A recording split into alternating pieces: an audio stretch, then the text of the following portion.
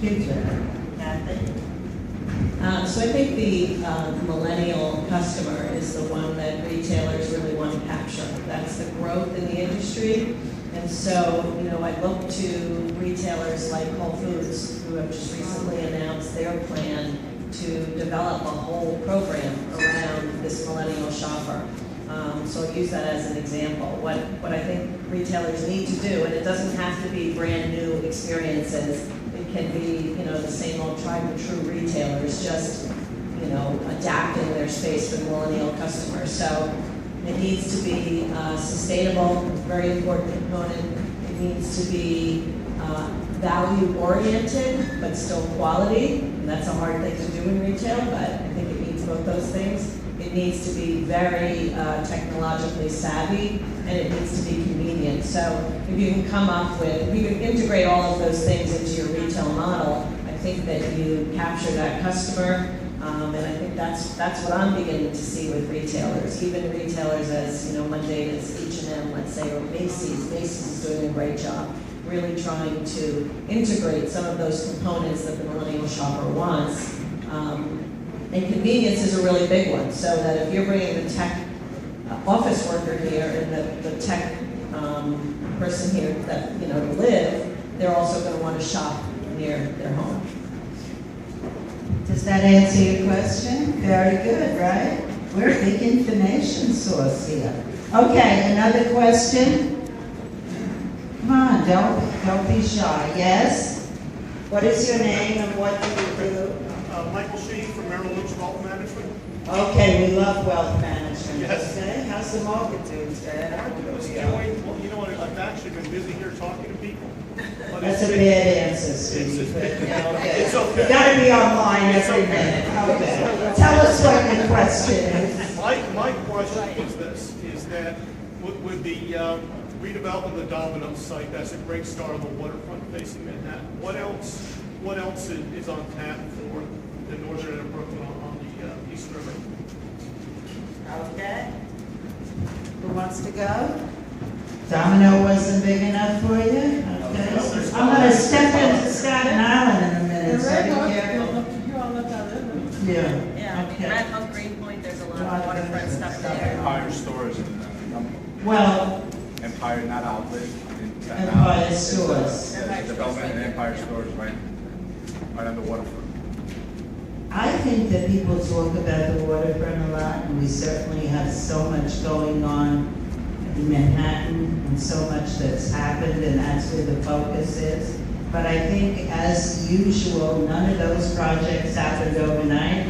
We're back at the Seaport for the third time, I think the third or fourth developer and everything. But just the way Metro Tech was born, just the way Atlantic Center, just the way downtown Brooklyn, the view for the arena, this goes on for years, and then one day, there's a story in the New York Times, and everybody knows about it like it happened overnight. In fact, the project in Staten Island is, I think, 8 or 10 years, because we did studies that far back of it happening, and everybody said, that's never gonna happen, it's never gonna work.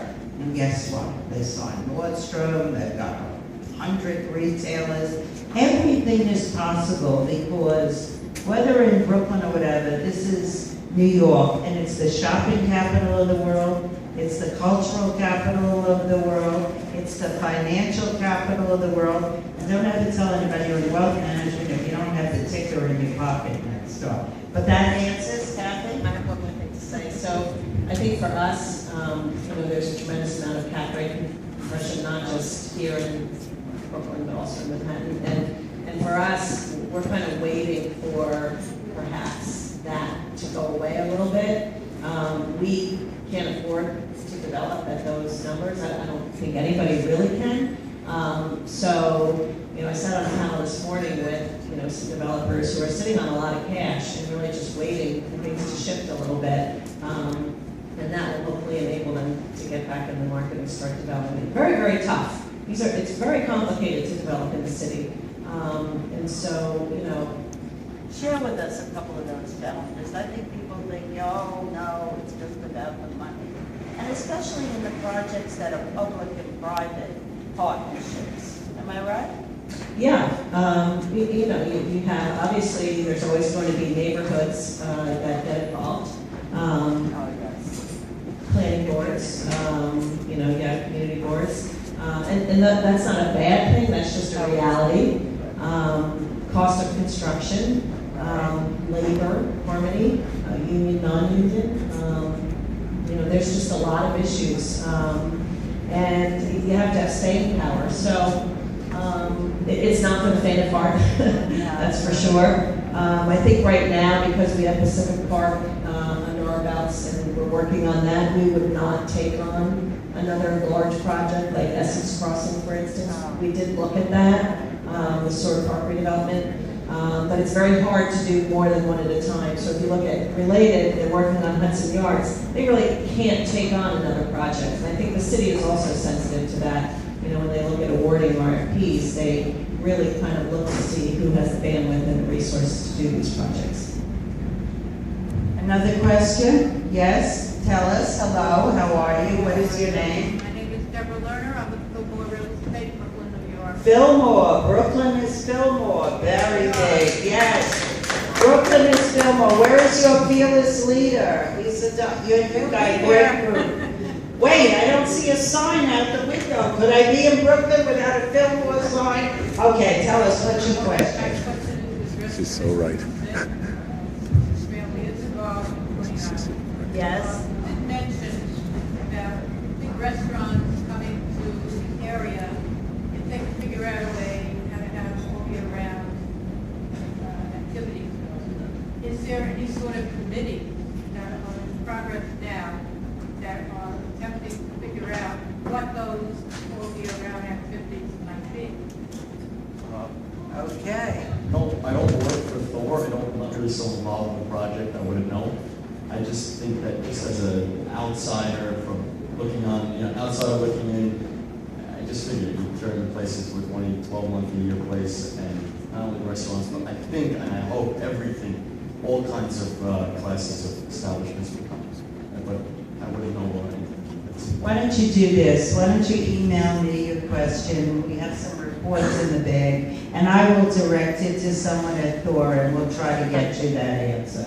We're all about answers and solutions here, and building. Another question? Come on, way in the back. Yes, stand up, tell us who you are.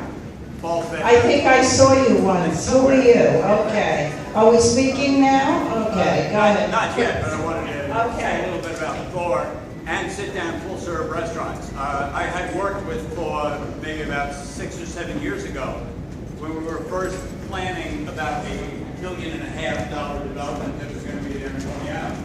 And the biggest challenge we had was infrastructure. We didn't have water supply, waste disposal, gas, couldn't get those down in Coney Island to the site in order to support a development of that size.